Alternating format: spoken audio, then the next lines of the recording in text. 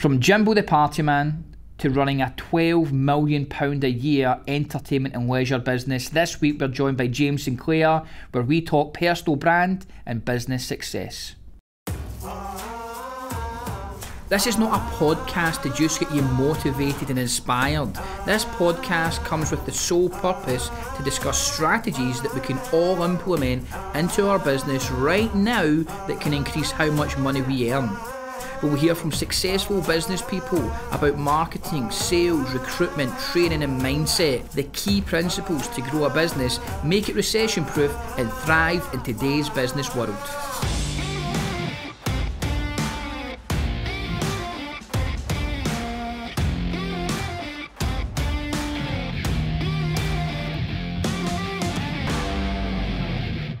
So, James, thank you very much for your time this morning. No worries.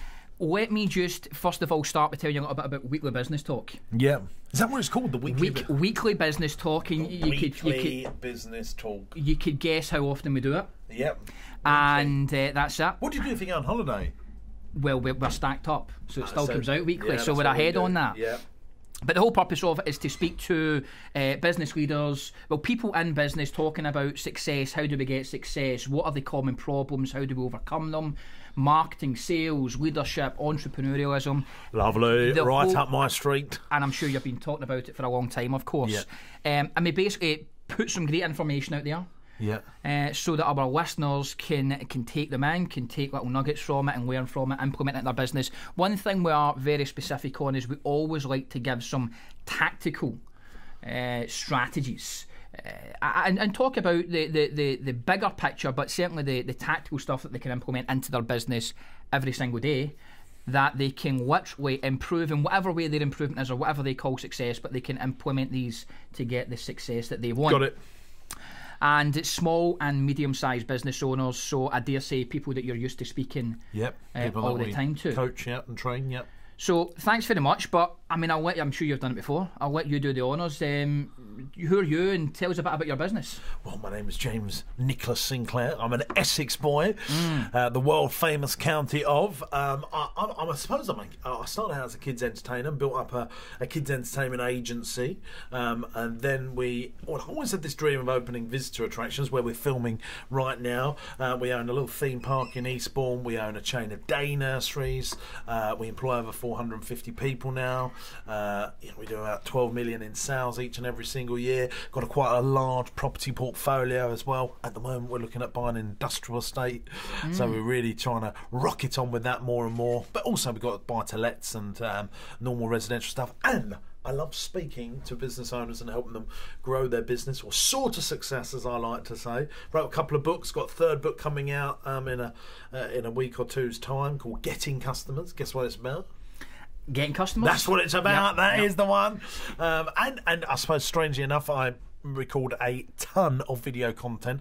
Chudders, who's in the background of this little studio we set up here, films me all the time. We make a vlog and content to help business owners grow. We put that on Linky Dink and Facebook and Twitbook and all of those places, so people can see our content and help grow their business from watching our stuff. Very passionate about entrepreneurship.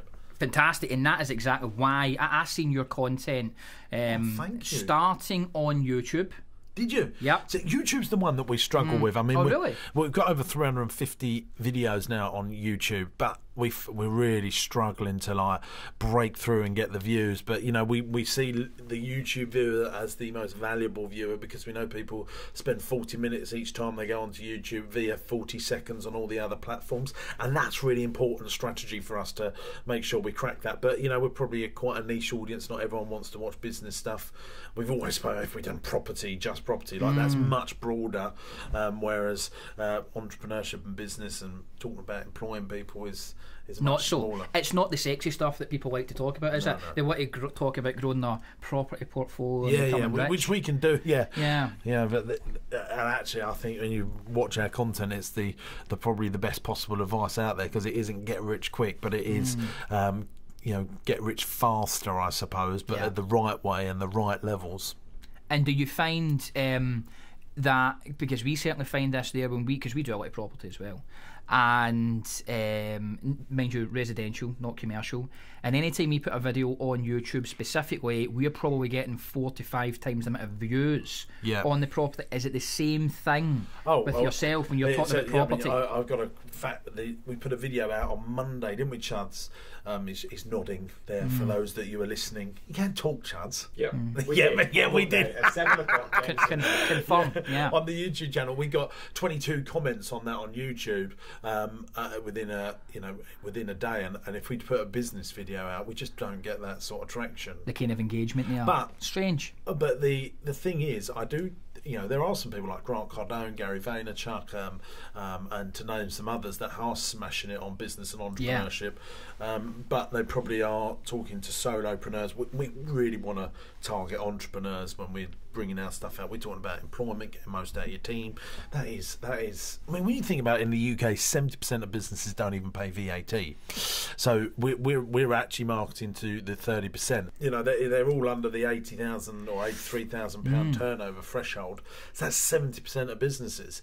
And then when you scale that back up, it's only 0.5% of businesses in the United Kingdom turn more than £10 million in sales per annum. 0.5%. 0.5%. So we're probably, our audience in the UK is probably 250,000 people that like our that would consume our content. We've just got to find that 250,000 people. And you're talking, when you say the people that are relevant, you're talking about entrepreneurs who are looking to grow, hire, and fire, that have ambition, marketing, that want to learn about how to get customers, that can handle the stress of entrepreneurship. I mean, as I get older, I think sometimes, like, God, what is this for everyone? And one of my favourite quotes of entrepreneurship is and you can check this out on YouTube if you type in the Steve Jobs interviews and stuff. He was interviewed and he was asked the question, why is it that so many businesses fail? And he said, well, most business owners give up because they're sane, and that's always. And I tell that story. I've told that quote probably every week to someone, and I think it really strikes a chord with. There is some insanity to growing a business. Yeah, I would agree. You've got to have a certain set of DNA because the odds are stacked against you. Period. I've actually. Because I'm a consumer as well as a creator of this stuff, but when I consume stuff, I've always said that, and not even just in businesses, I even feel like top entertainers, maybe this is something, I don't know if you've ever seen the Lady Gaga documentary. Yeah, fantastic. I love that documentary. She was very much on that line between genius and also being deeply unstable and I think there's abs. And I don't mean to have some form of success, but I think if you want that high level of success, particularly in your business, there needs to be a little bit of madness in you. Yeah, and or maybe a big bit of madness. I don't know. Yeah, there is some. I mean, I couldn't agree more. I look at the things that I do. I just think most people just wouldn't go to that. Yeah. Like, I probably got £7 million worth of personal guarantees on debts and loans to help grow our business and on property. Like, that's not for everyone. Nah, people get a bit scared and freaked out and can't sleep at night after they've got £7,000 in the credit cards. So £7 million hanging over you in some way. If it doesn't hang over, I'm actually excited about it. That's the difference, I think this is great. How can I get more? And that's not for everyone, and I understand that, and there is a fine line between insanity and sanity when it comes to genius. And absolutely. I mean, Lady Gaga. She's an entrepreneur, isn't she? She's a marketeer of epic proportions. She's just, that's why she's successful, because when you look at her, all successful people are marketeers first, and then their thing they do second, and that's what we try and teach people that work with me. You've got to be a marketeer first and a doer of your thing second. You look at Richard Branson, he's a marketeer of the Virgin brand. You would think, if you break it, he runs airlines and music, and but no, he's a marketeer of an airline. He's a marketeer of Virgin Casinos, Virgin Holidays, Virgin Voyages now, and Virgin Money. He's a marketeer first. Bill Gates, Gates, Steve Jobs. These are marketeers. Phil Knight, from Nike, really spent his whole life marketing the product. Yeah. Now, he'd done some operations, but he spent a big chunk of his time on getting customers. And that's why I've put this new book together, because I think it's really important that people understand that successful people are marketeers. Now, I do this little game with people and they go, really, I'm not so sure, and I go, well, name me 5 politicians that you know in the world. And I said, now, before you can think about it, so Donald Trump at the moment always comes up, Jeremy Corbyn, Boris Johnson, Nigel Farage, and then they usually name the Prime Minister of our country at the time. Which right now we don't know what we're doing right now. But the ones that you've mentioned there, Nigel Farage, Donald Trump, Jeremy Corbyn, and Boris Johnson, whether you love or loathe any of those people, they are first to mind because they're such good marketeers. Yeah. I mean, Donald Trump's a marketeer. Without a doubt. And I think actually talking about the political scene, although we absolutely don't want to get political in this podcast, clearly the people that were in the run for the next Prime Minister, there was people there, and certainly from maybe, I don't like politics personally really, but these people were completely unknown to probably most people, the people that were in the run, and then it was the sort of 2 famous ones that kind of were there at the end of it, and the main one being Boris Johnson, who we've all known for the right or wrong reasons. So absolutely marketing was, whether he was deliberately doing it or not, but it's... he's a marketeer. Yeah. I mean, do you think his problem at the house was you had a problem with attention? Him, it's certainly got him the attention there. He knows. I mean, he was a journalist before he became a politician, so he knows how it all works inside and out. Persuading the audience is something he knows about, basically. Yeah. I mean, what about? See, you talk about marketers. Although we spoke about earlier on entrepreneurs, are they the same in your eyes? I think the successful ones are natural born marketeers. Okay. Just they get it. Yeah. I always say to people, like, if you spend most of your time on getting customers, because everything else is easy to buy in, when you really break it down, the person that goes out there and says, if you start a business, go, well, I'm going to build £1 million business from scratch in revenue. That is a rare set of DNA, but it's easy to find someone that can manage the cash in terms of an accountant, a bookkeeper, an operations person. So much easier to get. An admin person is so much easier to get. A salesperson is easier to find than someone that can actually go and get the funnel started in terms of people to know about your business. So I would say marketing is is a natural talent. Then sales is a natural talent that comes after that, and then operations is the next natural talent, and then the day-to-day accounts administration stuff is. I just get annoyed with business owners when I find out they're doing administration tasks, when I find out they're doing their bookkeeping, when I find out they're tidying up the warehouse or doing stuff like that. It's just not good enough.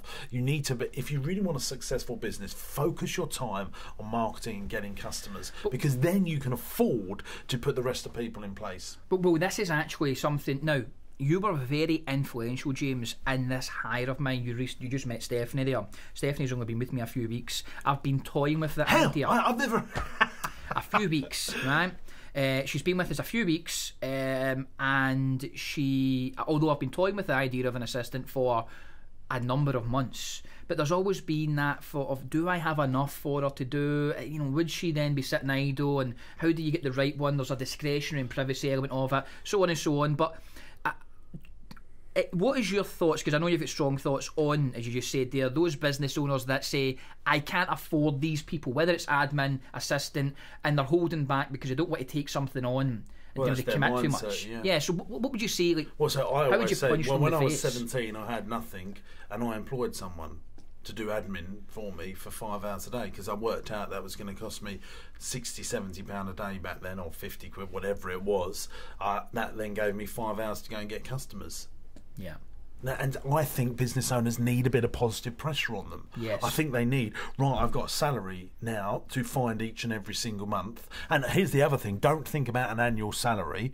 Like, you're going to pay someone 10, 20, 30, 40, 50,000 pounds a year. It's divided by 12, right? Understand that. So, maybe you're just going to get the savings up for 1 month. Yeah. But once you get your time back to go and do getting customers' tasks, but sometimes people want to feel like they just want to be busy being busy. And I just think, come on, stuff off. Yeah. Don't think like that. Yeah. You know, you want to say, oh, I'm so busy doing the admin, I'm so busy doing the bookkeeping. No, you want to be so busy saying you're getting customers, because then you can afford people to go and do that stuff. And if you're no good at marketing, read 10 books on marketing, listen to 20 podcasts on marketing, you know, get on YouTube. Like, you know, there's so much good stuff out there. You know, I see so many business owners, they don't understand marketing because they haven't bothered to learn about it. Do you think those business owners that we quite often talk about those people that are great technicians and they go into business by accident? In fact, we done a podcast last week about this type of thing. And then when they get to the sticky part, it's great in the outset because there's very low sort of expectations, but when they get to the sticky part, running a business and being a business owner or an entrepreneur is there's a lot of skills you need to learn to be able to deal with. You get a cash flow problem or someone doesn't pay for you, or you need to hire or fire or deal with all these things. They're great at their craft but poor actually at running a business.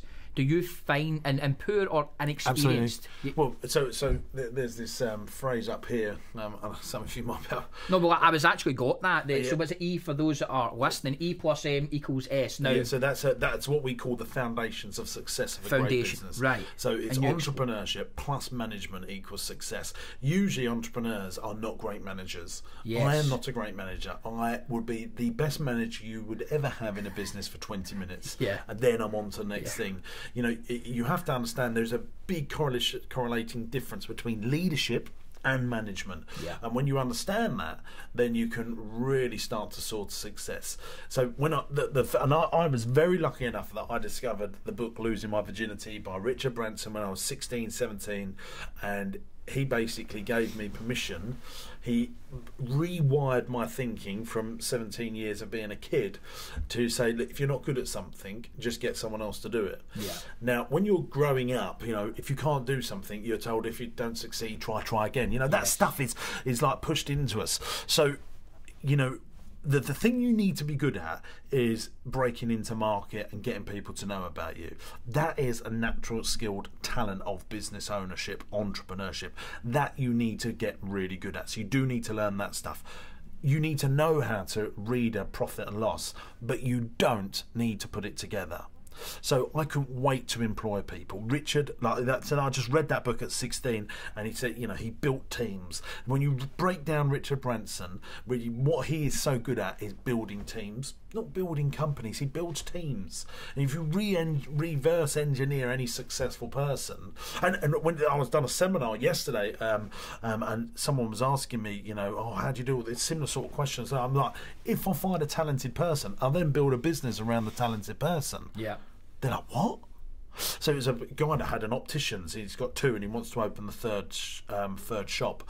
And he was asking me about funding the third shop, and I was saying, whoa! Before you fund the third shop, find the third best possible general manager of that shop first, because getting the money is always easy. It's building the team that's the tricky part of it.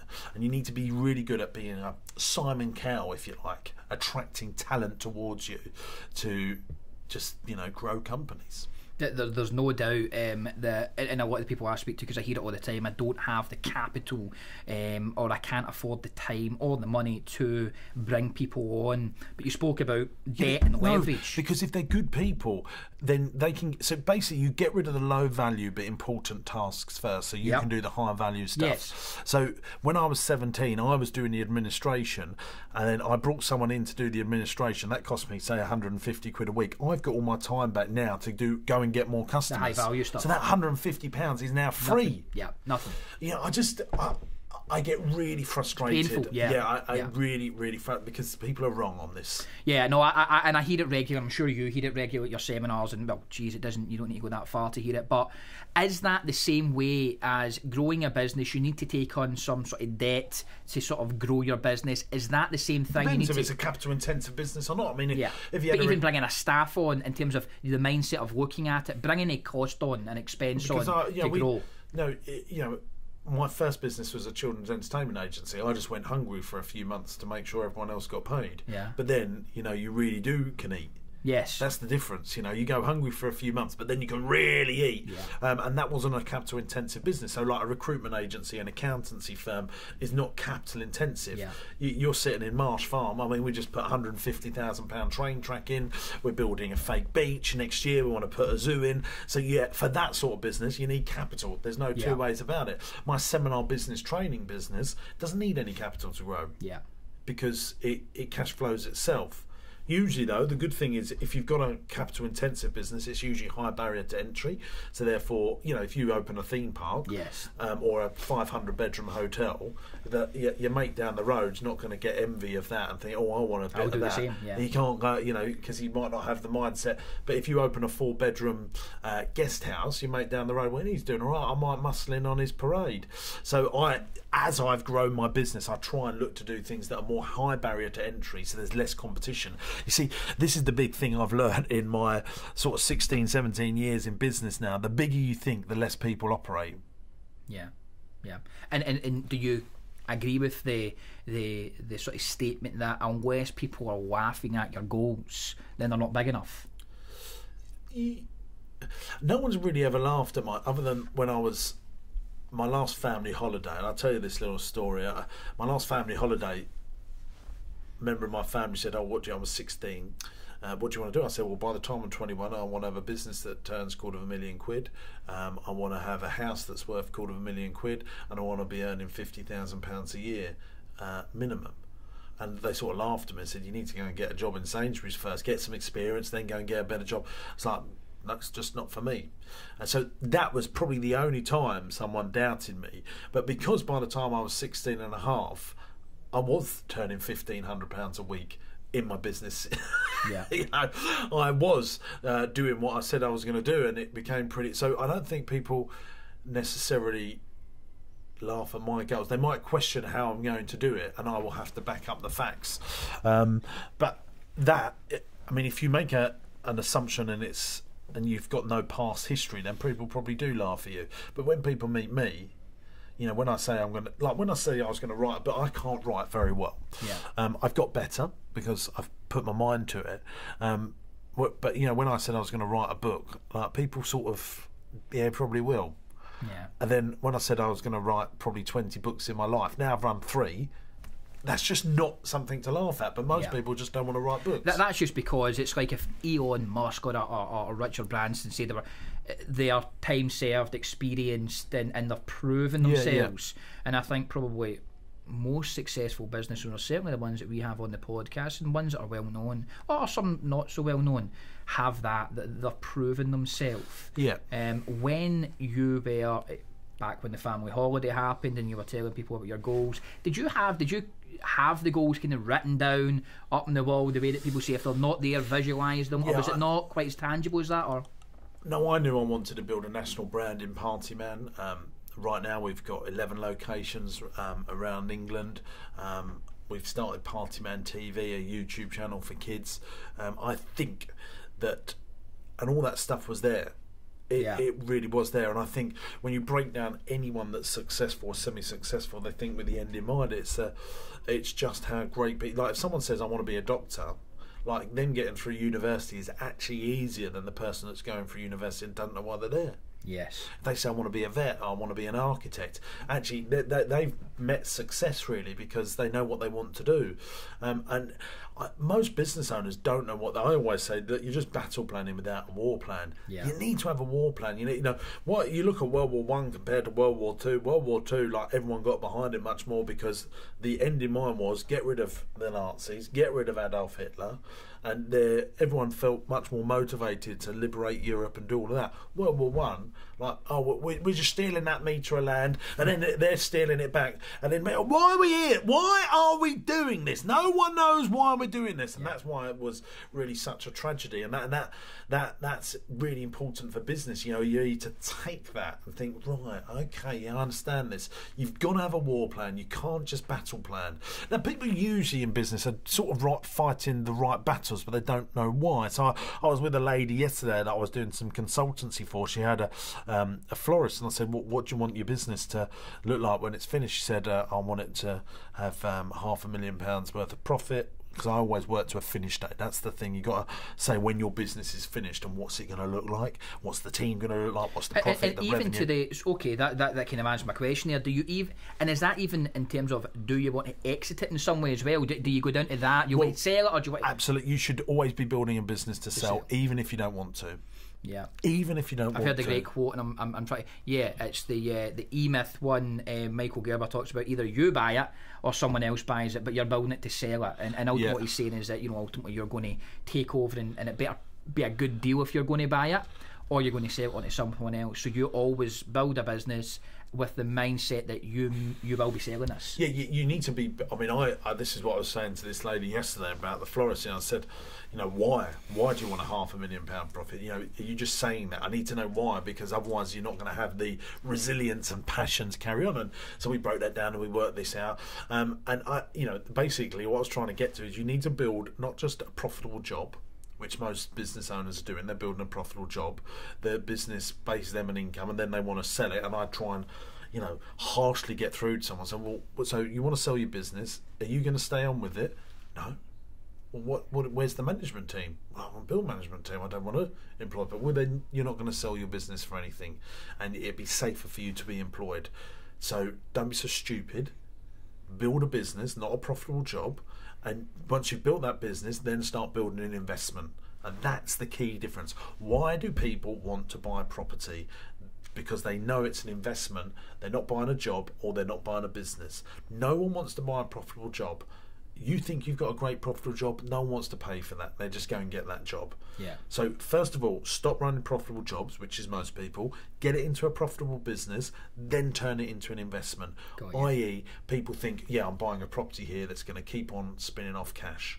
That's why I like day nurseries, for example, because other people's money, and when I say other people's money, I mean private equity funds, venture capitalists, they're buying into those sectors. So you need to look and see what sort of people are going to buy your business. When you start, it's so important that you have the avatar buyer in your mind. And if you know the buyer, brilliant.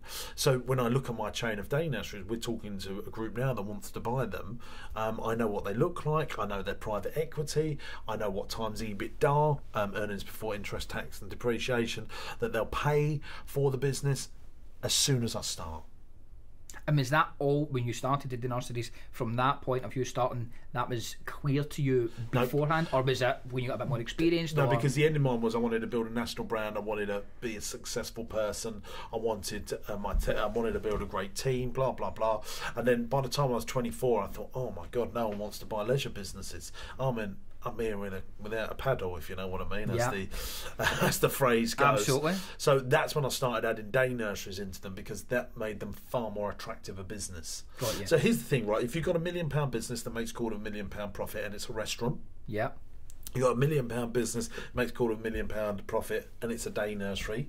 The day nursery is going to have a much bigger list of buyers to buy it than the restaurant. Same business, same turnover, same profitability. It's the sector that private money likes to buy. So like an insurance brokerage is always easy to sell, because other insurance brokerages are always buying them. And it's about spending a couple of days researching, making sure the thing that you're setting up, someone's going to want to buy. Like buying a coffee shop, setting up a standalone coffee shop. Now, that's really a lifestyle business. There's not many people that are going to go and want to buy that. Is that because the risk factor is greater? It's low barrier to entry. Yeah. And anybody can start up the restaurant or the cafe. Let me tell you a little story whilst I can. I went to a leisure conference when I was about 24.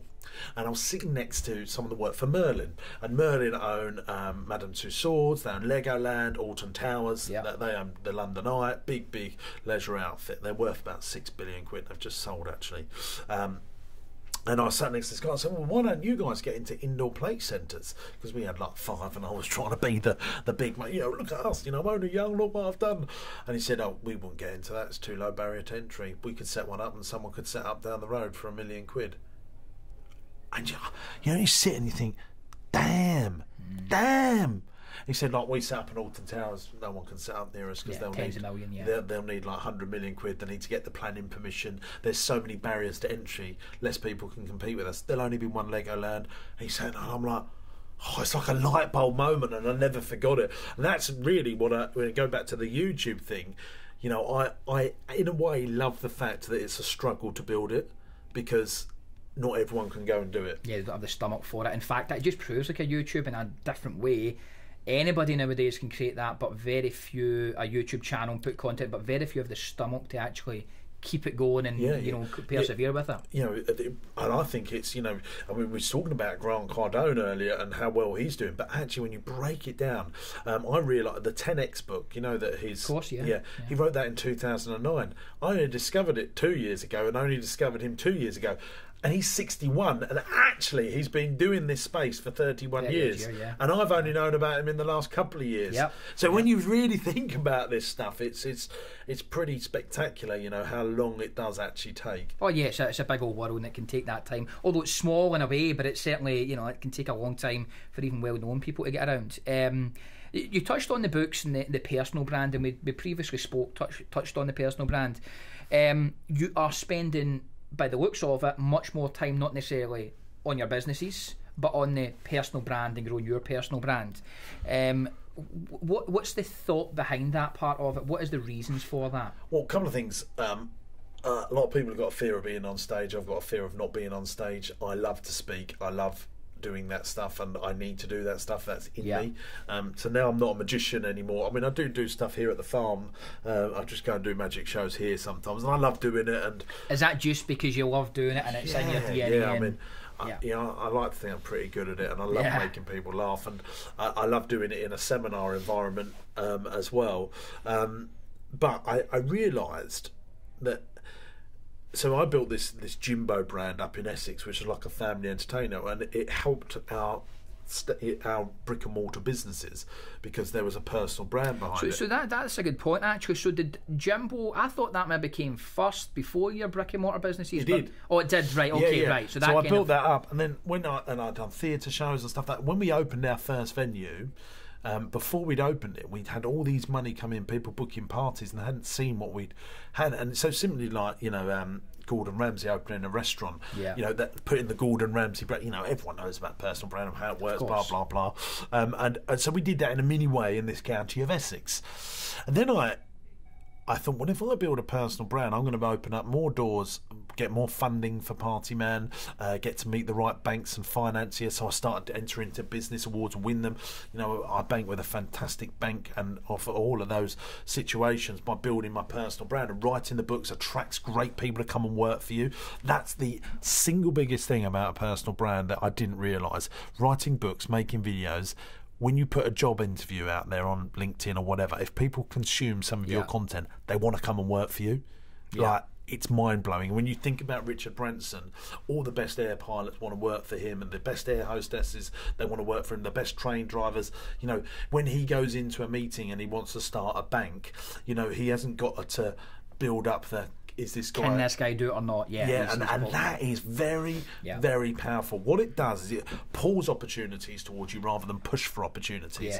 And most business owners sit in the pushing for opportunities rather than the pull for opportunities situation. Once you turn into pull rather than push, life gets really fun. So the personal brand attracts great staff, it attracts great opportunities to me, it attracts speaking opportunities, and my business training business, you know, I have customers come in, James, we consume loads of content, how can you train us, how can you make our business better? Boom, they're straight in. Yeah. And is that part of your future? We briefly spoke before, and we talked about over the next couple of years it's going to get even more relevant or even more important. Do you feel it's great now? There's opportunities now. It's a fairly new market as such, but do you think in a couple of years' time, like, if you don't have a personal online brand, then you're losing? No, I don't think building a personal brand is for everyone. I don't think. Do you believe that we all have a personal brand, that we either make it even better? I mean, maybe a public. Yeah, we've all got a personal brand, absolutely, but maybe a public, famous to a few personal brands. That's not for everyone. Not everyone wants to stand on stage, be on video. I was with someone yesterday, I just couldn't do the video. I think, well, if that's not for you, right, fine. You know, different people make the world go round, and I fully understand that. And I always say, you know, maybe it's better for you to be a number 2, 3, 4, 5 in a company, not be the number 1. I actually don't wish my life on anyone. I do not wish my life on anyone.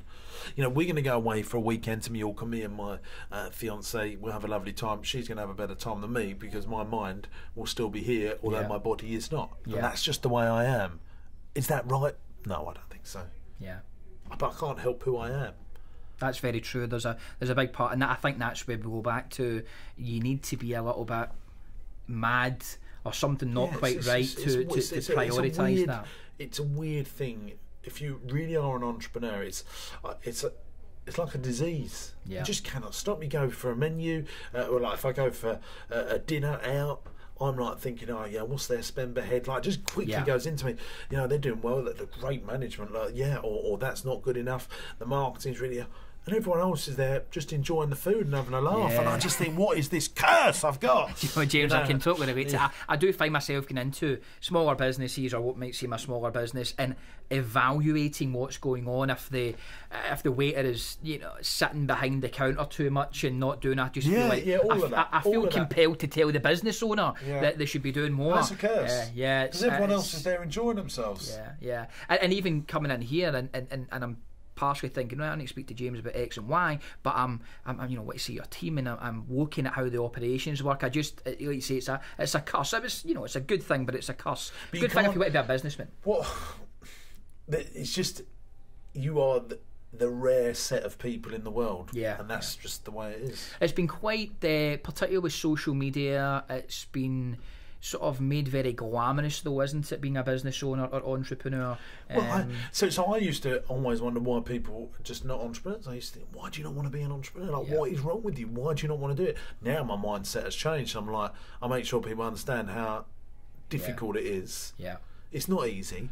I've actually. There is massive rewards. There is massive rewards. But when I look at, you know, I worked 7 days a week till I was about 28, not having holidays, you know, and I'm in evenings as well. I was doing like 15 shows a week. I had a multi-million-pound business. It was turning 3 million quid, and I was still out in a van every weekend gigging because I couldn't take any money out of the business because I wanted to grow it. And then I just, you know, I sit here now at 34 years old, and I'm thinking, did I get that right? You know, should I have gone travelling? Should I have seen the world? You know. I know you think. Would you have changed it if you could? Because it's at the end of the day, it's my DNA. You know, I get enjoyment by coming and working in a weekend. And being on my own and getting stuff. That the problem is, for many successful business owners, they're not doing it to make money. They're doing it because they like progress and they like creating stuff. So Richard Branson, let's use him here as an analogy. The guy is a multi-billionaire. Why is he doing space tourism? Why is he starting a big, massive new business? If you know, he's not going to buy another island in the Virgin Islands to live on or improve. He's got a private jet. He's got everything, hasn't he? He's doing it because it's who he is.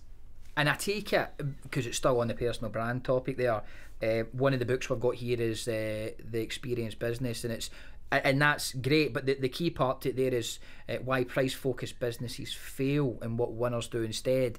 I take it that's what you're really referring to in that there, is that making money is a byproduct of building a great business. The great business is always at the forefront. That book is very much because lots of small businesses compete on price. And the ones that compete on experience are usually generational when they last. Disney, Apple, Harrods, Selfridges.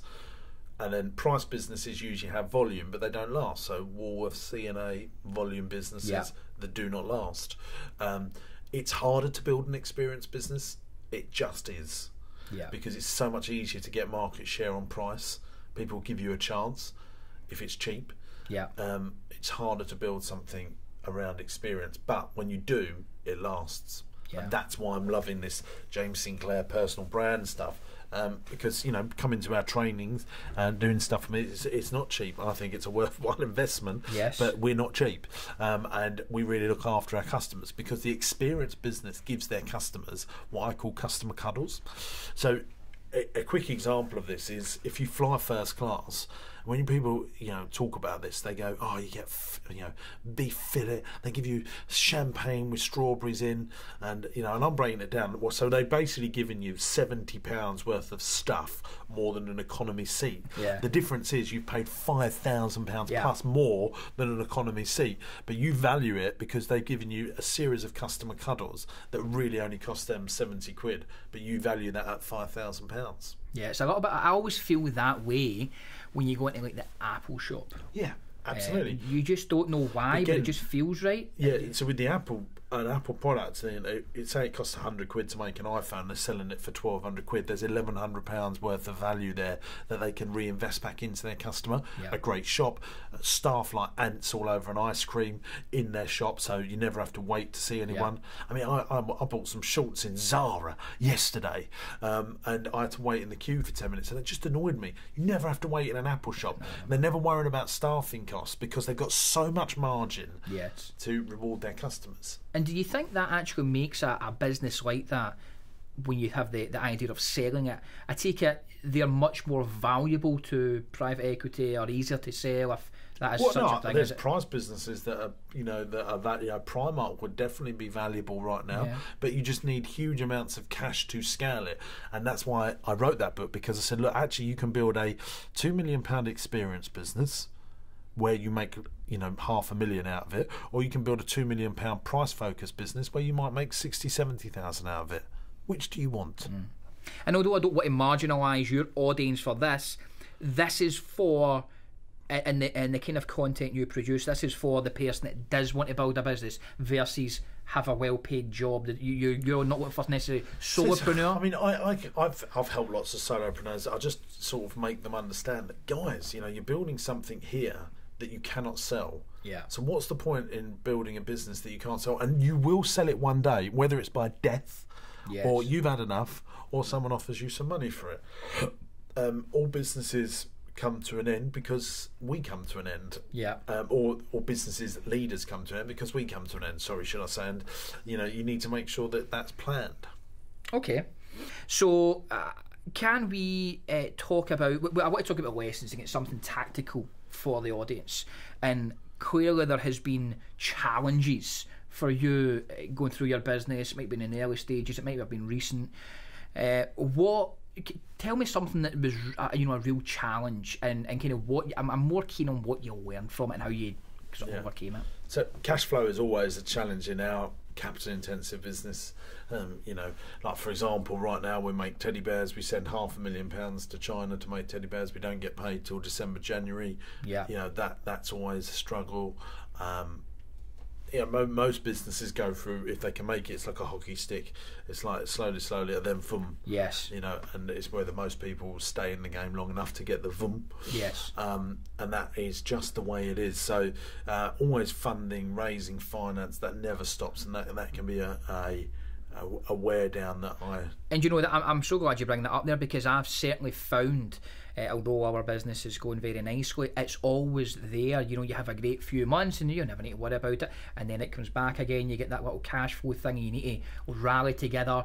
Do you find after 10 plus years in business that it's just the same thing but in a slightly bigger scale in a different way? Is it always like that? Do people like these business owners need to accept that they've always got to have an eye on cash flow, they've always got to get new customers and get revenue in? That's just part of the game. I mean, the thing that will change your life is getting an FD, like a proper finance director that's better than your accountant that you actually that you use to do your books.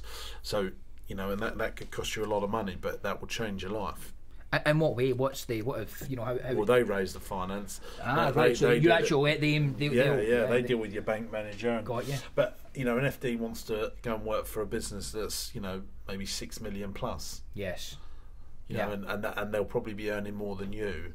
And most people can't. But, that investment for 2 or 3 years will pay. I always say, well, you're happy to invest in a property. Why don't you invest in someone that's going to be really beneficial to you as a business? There's different types. You've got bookkeepers, financial controllers, accountants, and then FDs. So usually businesses of a size have bookkeepers. They don't have a financial controller. They use an accountant that they see once a month that helps them, or they 3 or 4 times a year. So now we have an FD that's costs more than our accountant we was paying, but we have them on tap. Day in, day out, they've got their finger on the money side of things. And they challenge you, and do they put it makes a huge difference. Put certain barriers around you as well. Do you need to try and Okay. Going back again, and when you raise, it takes me longer to do all the spreadsheets and all that, proving all the cash flow, how we can do it, all that. What was the catalyst for you to get that? But was it doing those things or frustration with accountants? Was it? Well, it's just as it got bigger, the spreadsheets got more complicated. I was fine up to £5 million, and then when it goes over like that £6 million mark, you're like, I need someone to help now. Yeah. Do you still feel though that, and I'm sure it was in one of your videos, but it could have been in a podcast, you spoke about hiring an assistant? That was still one of your biggest and best sort of hires, because getting a PA is because I don't know how to pay people on my personal stuff. I don't have to do any personal banking anymore. If I booking holidays, I don't do that anymore. Booking travel, I don't managing my diary. Imagine how much free time that gives me to just go and do more effective stuff. I want to be doing stuff that's very important, not urgent, all the time, and most people do stuff that's very important, very urgent, and if you live in that world, you can never grow. But the question most asked of me is, James, how do you get more time to do all this stuff? How do you do that? It's just I buy in more time. Watch what you pay for it. Just buy in more time. And at home I've got a handyman that works for me 2 days a week, just at home. So when I just get stuff done. Yes. And people go, how do you? Because why? If you've got this mindset where I can't afford it, I can't do it, I can't afford it, then you'll never find abundance. Okay. Right. So let me finish off on some of these things here. We have a lot of people here that absolutely do want to grow their business, that they do not want to be in the back office of their house forevermore, being that solopreneur. They do want to hire and grow, etc., and grow revenue and be more successful. But I'm looking for 3 things if we think that they should be focusing on. So if we imagine that solopreneur, I don't know, maybe doing 100 grand a year turnover, maybe a couple hundred grand a year, if that, that really want to start bringing people on and growing that to the millions, what would you say the 3 things are that they should be focusing on? So making sure you're a marketeer of your business, not a doer of your business. So 80% of your time should be spent on getting customers, 20% of your time in your business on operations. Get rid of all low-value tasks. Don't think you need to employ a marketing director, a sales director. Think about bringing in someone that does just administration between 9 and 3. That will give you so much more time to be a fantastic marketeer. Number 3, make sure that you let everyone know that you're an expert of the thing that you do, so that they're not so price conscious to your business. How can you become an expert? Make sure you win as many awards as you can. Make sure you're putting content out there. Make sure that you market that you're an expert. Use testimonials. Do all of those things. So expertise is one of the key things. If people know you're the ultimate expert, they won't haggle you on price. And most businesses are experts that look average, or average that look average. So stop looking average and stop being average. Be an expert that looks like an expert. So give you an example on this. You go to a dentist, they say, yep, sort that out, it's going to be £2,000. People find the money to do it. They don't haggle with their dentist and go, oh, can you do a deal for me? Because that just doesn't happen. Because they're an expert, and you know they're an expert. And is that part of, because I want to talk about where people can find you online, and you do some of your business, what is it, 2-day workshops? So is that some of the stuff you talk about? I mean, I'll show you our course for the Entrepreneurs Masterclass before you go. It's a 2-day course where we go through property investment, raising finance, building profitable teams, how to get your business ready for sale even if you don't want to. Why number 1 is the worst number in business. I'm going to leave a little bit of intrigue there. The growth factors in business, getting customers, writing really good marketing campaigns, teaching people to be marketeers, and great business owners. I mean, it's a cocktail of success, really, and people leave with a folder that's literally like that to grow their business. But before it gets into that, follow me on LinkedIn, James Sinclair, LinkedIn, James Sinclair on YouTube. The videos we've got on YouTube, I believe, are like gold dust to help people grow their business. And we're on Facebook at James Sinclair's Entrepreneurs Network, or we've got a little closed group called James Sinclair's Entrepreneurs Chat. I can testify to that for everybody that's listening there.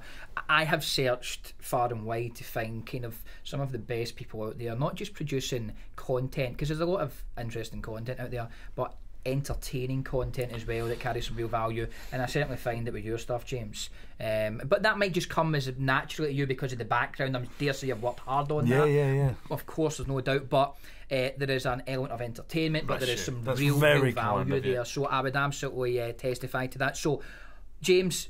And my podcast, have you listened to any of our podcasts? No, I've not. Apart from the one you'd done, I think it was right here with your friend. Was that right? You done one with your friend? Well, I'm doing podcasts on my own now. You said that, Because you feel, what does it just, when you're out walking, or do you set up and everything, or do you I just do it at my desk, and everyone's walking around me, and I like it. I think it's a different way of doing it. And how does that feel for you? You know, there's the camera. Very easy. Is it now? Now, has that always been easy for you because you're used to the performance? Yeah, I think so. I pretend I'm in a radio station, which I'd love to do. Was it ever difficult? No. It was. What do you say to those ones that go, I want to do this, I really do want to do it, but it is don't do it if you don't. I mean, when it comes to content marketing, you've got to have charisma, consistency, great content, and know the right channels to put it on. And if you are not, so if content marketing you want to do for your business, if you're not the charismatic person that really wants to do it, buy it in. Yeah. You know, Disney, 20th Century Fox have been buying in talent. You know, every TV channel have been buying in talent to be the front person. Companies have been buying in, Michael Parkinson's and all these forevermore. So you would say, and it's not. You can even employ like semi-level celebrities now. I mean, one of my a client that I know that hired Carol Smiley for their estate agents business to be the front person because they understood the importance of content marketing. They cheap. It wasn't. Everyone thought it was going to be hundreds of thousands of pounds. I think it cost them £10,000 a year Jesus. to have. So it's not. I don't know. It might have been £20,000, but it wasn't ball breaking, and they really got a return on investment on that. Okay, so have someone there that. No, it's interesting because I always know when, particularly with the video, that don't let ego get in the way. If you're not good at it, get someone else that is good at it. Ego is the enemy of so many business owners, and they're just naff at stuff, and they should be do the stuff you're good at, gang. That's my big thing. If there was a full thing, if you're really good at doing accounts and raising finance, then do that. If you're really good at sales, focus on sales, so that really grow your business. The only thing that I think everyone needs to learn is marketing. Yeah. Whatever they do, they need to know how to get customers. James, on that, thank you. Brilliant. Thanks for having me. Cheers. So, there we have it. James Sinclair, formerly Jimbo the Partyman, now chief exec of a £12 million a year leisure business. So, hugely successful person when it comes to business and finances. Big takeaways for me, something that I would highly recommend that yous all focus on. Instead of having the mindset of you cannot afford to bring people on, change that mindset to you cannot afford to not bring people on, and it really has to be that way. I've had so much more freedom to focus on those high value tasks since we've had a push on recruitment recently over the last couple of months. And when you can focus on exactly that, bringing new business, opening up new doors, looking for new opportunities, and it's only then will your business start to flourish. And it gives you that little bit of pressure as well, which I do believe is a very good thing in business, is giving you that, when you up the ante on your costs, then you will naturally, or you should, as an entrepreneur, push that bit harder. In fact, if you don't push that bit harder, maybe it's because being an entrepreneur, being a business owner and leader is not for you. And if that's the case, I don't think you're probably at this stage of the podcast because you've probably turned off by now. So the fact that we're here tells me that you are serious about growing your business, and I would highly encourage you to look at bringing people on in those areas, plug those gaps, those low value tasks, get them taken care of by someone. Start small, part-time person, but focusing on those high value tasks is critical for your success. So that being one of them. Second thing, just to touch on it, consider time when you bring a person on and put time aside to consider your personal brand. It is there now, and it will be there even more so in the future, that the minute anybody goes to start a job, that somebody goes to work with you, have a meeting with you. It's like the way companies or customers used to look at your website, they're now looking at YouTube, they're looking for podcasts, they're looking at LinkedIn. Your personal brand is critical. And as we briefly touched on, we all have a personal brand whether we like it or not. But whether you choose to use yours and subsequently grow that and make it better, or whether you choose to just let it sit there idle, well, that's the decision that you need to make. And leaving it idle is good for no one, because it will just rot away. And it's having no personal brand is just like having a bad one. So get working on that personal brand of yours. Get working on bringing people in for those low value tasks. Start focusing your attention on the high value tasks. I'm Scott Ewart. Thanks for joining us, and we'll speak to you next time.